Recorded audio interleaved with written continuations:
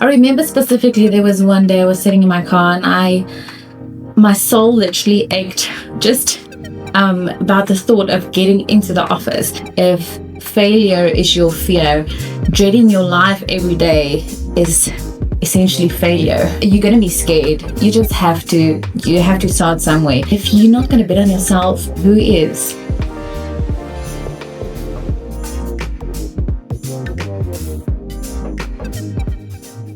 Welcome back to the Confident Alchemist podcast, where bold, brave women take the leap of faith to start inspiring businesses. Today, I have someone with me whose story is going to resonate with anyone who've ever felt trapped in corporate life, dreaming of something more. I'm here with Rouxnette Groenewald, the founder of Swish Swank, and her journey is absolutely fascinating. Not just because she built a luxury handbag brand, where every piece is handcrafted by talented women, but because of how she got here. Picture this. Rouxnette was working in a family business, feeling like she was slowly dying inside.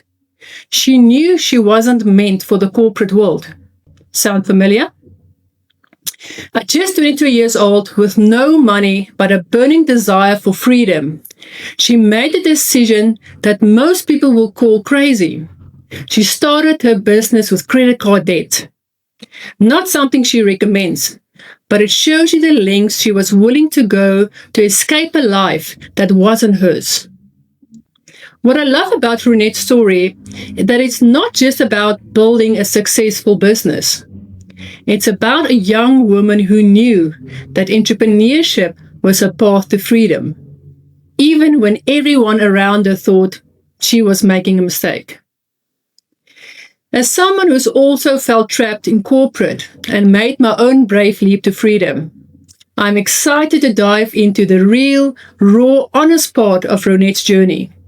The fear, the debt, the family pressure, and how she built something extraordinary. Rouxnette, welcome to the show. And thank you so much, Davy. I'm incredibly honored to be here. Thanks for having me. Great. Rouxnette, let's start with where you started before Swish Swank.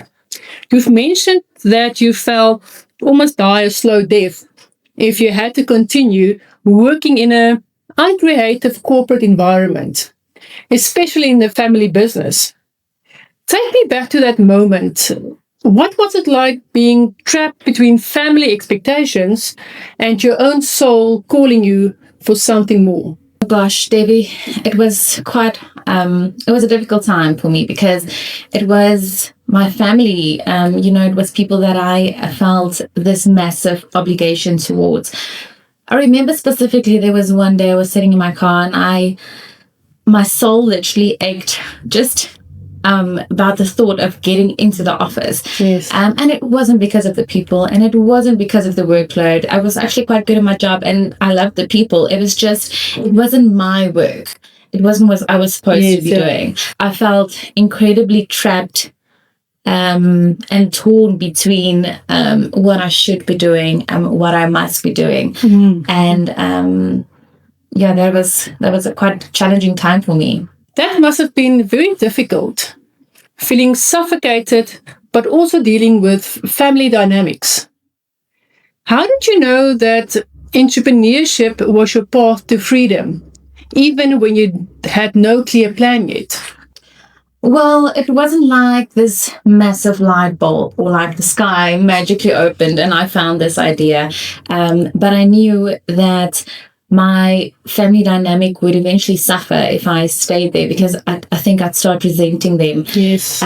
So it wasn't necessarily entrepreneurship that attracted me. It was more so just getting out. And I felt at that time that entrepreneurship was the only answer. Now, let's talk about something that I think will resonate with so many listeners. You started Swish Swank with money borrowed from a credit card at the age 22. You said that this is something you don't recommend, but it shows the desperation and the determination you felt. What was going through your mind when you made this decision? Were you terrified? Or was the fear of staying where you were greater than the fear of the unknown? Debbie, I think I was very naive. I was very young and I was very broke. And I also had this pride that I didn't want to ask for help. Yes. So eventually I thought that I'd rather, face the consequences of my debt than staying where I'm at and having to live this life, essentially living out other people's dreams. Yes. So it scared me more to stay than to start my business with credit card debt, which again I don't recommend. Yeah, no, please don't do that. There are better ways to do that. Yes, absolutely. That takes incredible courage. For young entrepreneurs listening who might be in a similar position, feeling trapped but feeling scared to take the leap, what would you tell them about facing the fears and start betting on yourself? I don't think fear ever goes away. I think it changes its shape, but I also think that if failure is your fear, dreading your life every day is essentially failure. Yes. So you're going to be scared. You have to start somewhere. Your idea is not going to be perfect, but you need to start. That's the only way you'll learn. So test a few ideas, chat to some people, try it out, put something out there. But if you're not going to bet on yourself, who is? Yes. Yeah, beautiful. Yeah, and that's the thing that is, like you just said, unless you take that first step, nothing is going to come to fruition. You can always have these ideas and you can dream of a life, but it's literally taking that first step. Absolutely. That's going to start building this career for yourself. Absolutely. You've been transparent about the fact that for the first few years of your business, you barely made any money. How did you push through those moments when it felt like maybe everyone was right?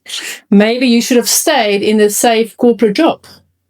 Debbie, that was incredibly challenging because I had this secure family job. My future, it was planned out. There were many nights that I cried in the shower just thinking, what did I do? Am I crazy for just holding on and following this dream? But with regards to money, I think that was never my drive. It was never the purpose. It was more so freedom. Yes. Freedom of time, freedom of creativity, freedom to create this wonderful life that a corporate job just wouldn't allow me. Exactly. Yeah. So I just thought to myself that I knew there's something behind that mountain. I just need to get there. So with persistency and consistency, my ship will eventually come in. Yes. And it might not happen at my own timing, but it will eventually come in, and that's just what I hang on to. Yeah, no, that's beautiful.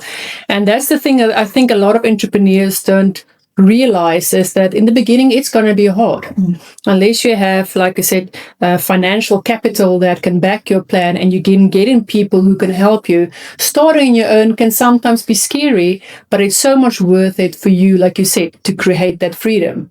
It is. And it's the best training school as well, because you have to do everything by yourself. So you learn as you grow as you learn. Exactly. That resilience is incredible. What kept you going through those years? Was it the vision more of your freedom that you were building towards, or was it something else? It was always about the freedom. My parents always told me the story about when I was at my kindergarten graduation. All of the kids stood up on stage and they told the crowd what they would want to be one day. So it was, I want to be a doctor, I want to be a firefighter.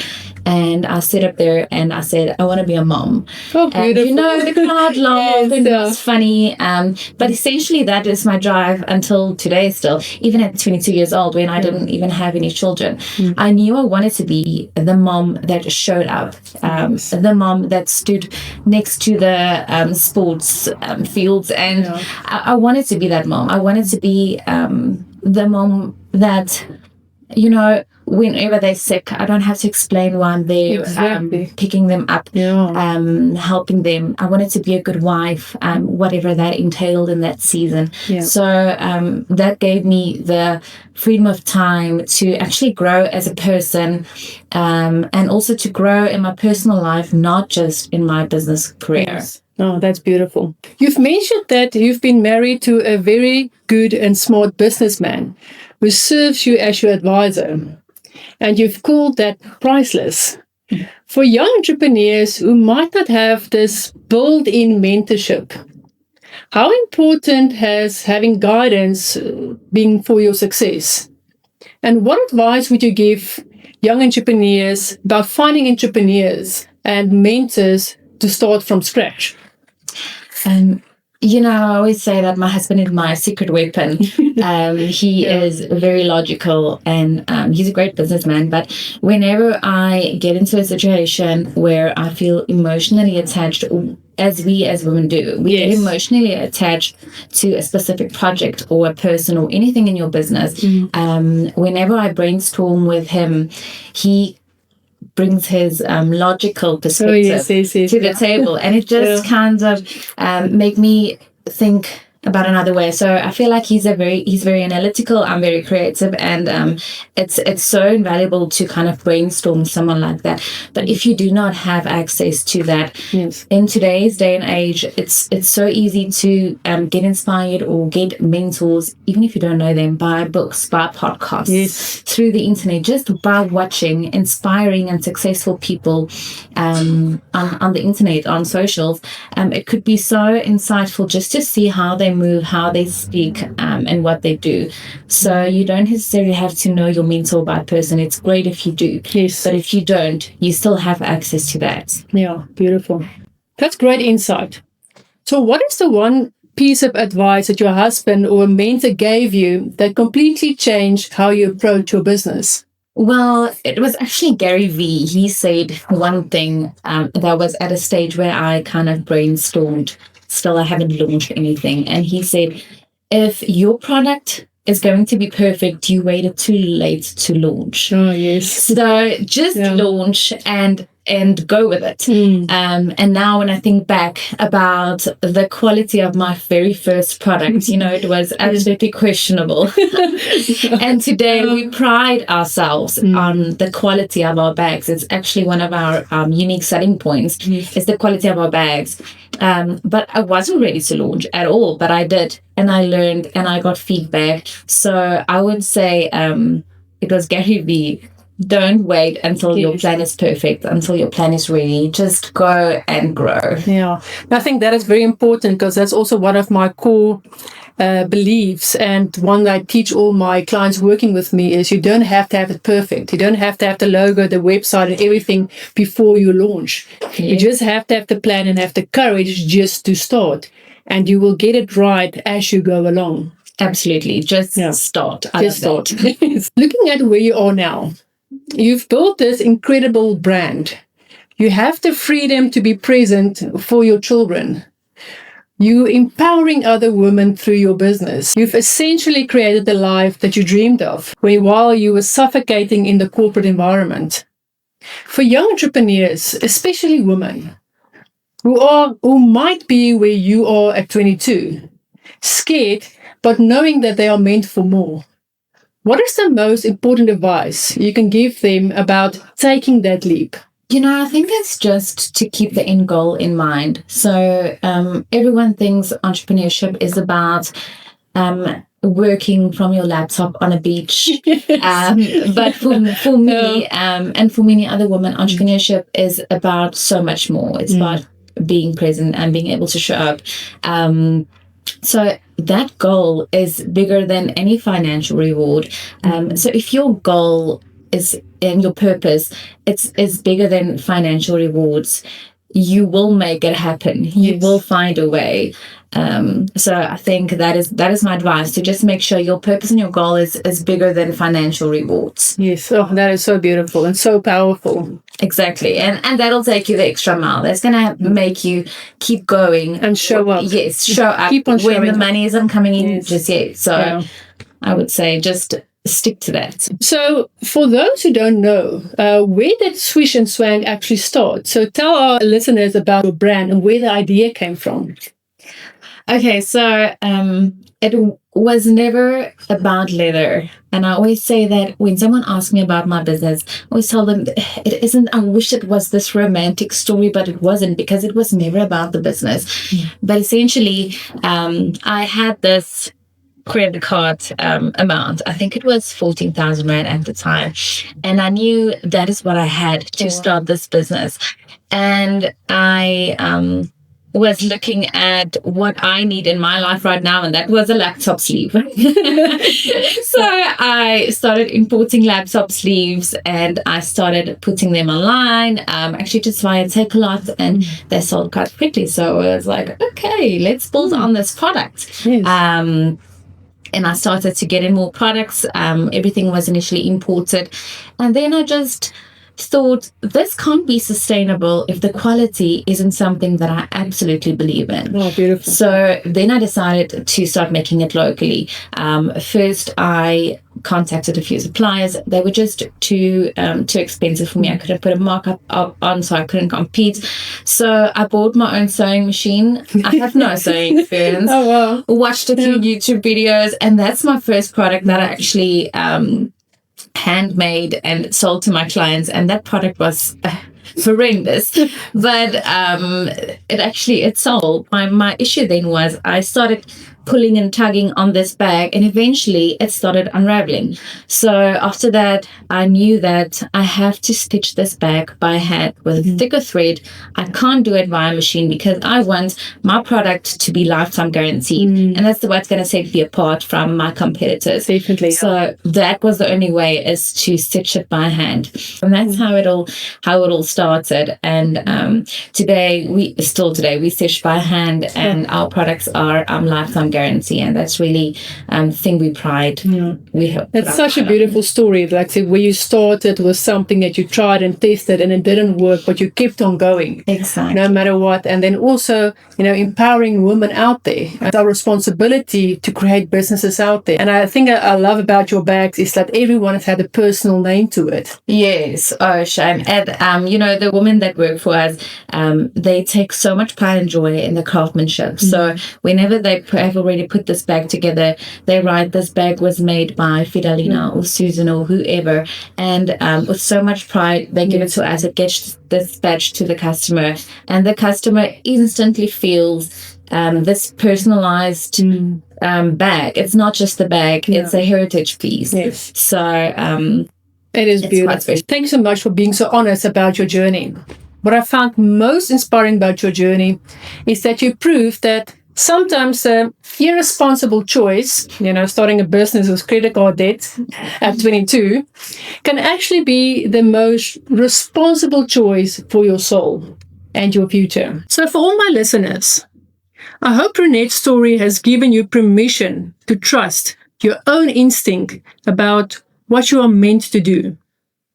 Here are the key insights I want you to take away. Firstly, if you feel like you're dying inside in corporate environment, that's not weakness. That is your soul telling you that you are meant for something different. Trust that feeling. Secondly, you don't need perfect circumstances to start. Rouxnette started with credit card debt and no clear path. Just a burning desire for freedom and courage to better herself. Thirdly, the early years of entrepreneurship are hard, but they are building something that corporate life never could. True freedom and the ability to create life on your own terms. Number 4, mentorship matters enormously. Whether it's a spouse, a formal mentor, or advisors, having guidance can be the difference between success and failure. Number 5, entrepreneurship isn't just about building a business. It's about building the freedom to live according to your own values and be present for what matters most in your life. Here's what I want you to do after listening to this episode. If you're feeling trapped in corporate life, if you have that nagging feeling that you are meant for more, Stop ignoring it. That feeling is your inner wisdom trying to save you. Send me a message and tell me what is pulling you. What kind of freedom are you craving? What would you build if fear wasn't a factor? Thank you for listening once again. I hope something resonated with you in this podcast. And next week, I see you for another dose of truth, boldness, and transformation.